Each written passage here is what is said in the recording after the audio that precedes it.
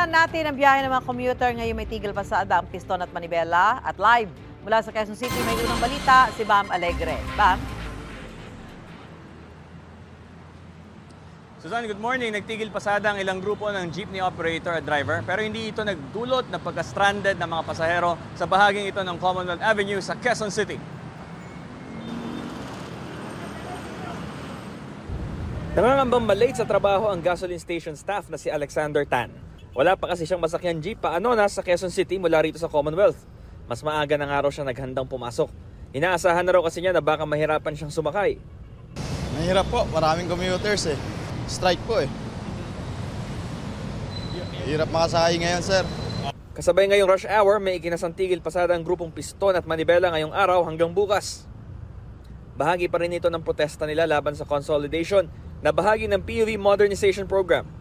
Mula kaninang alas 5 na madaling araw, mga bus at electronic jeep ang mga pampublikong transportasyon na dumarating. Karaniwan tayuan na ang mga sakay nito. May ilang jeepney pa rin na pumasada pero hindi raw ito ang hinihintay na ruta ni Jeffrey Falsado na nagtatrabaho sa Quezon Avenue.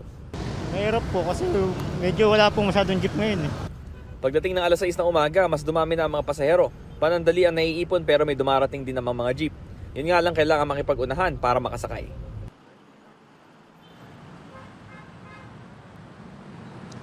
Susan, pasada na siya na umaga. Ito ang live na sitwasyon dito sa Commonwealth Avenue sa Quezon City.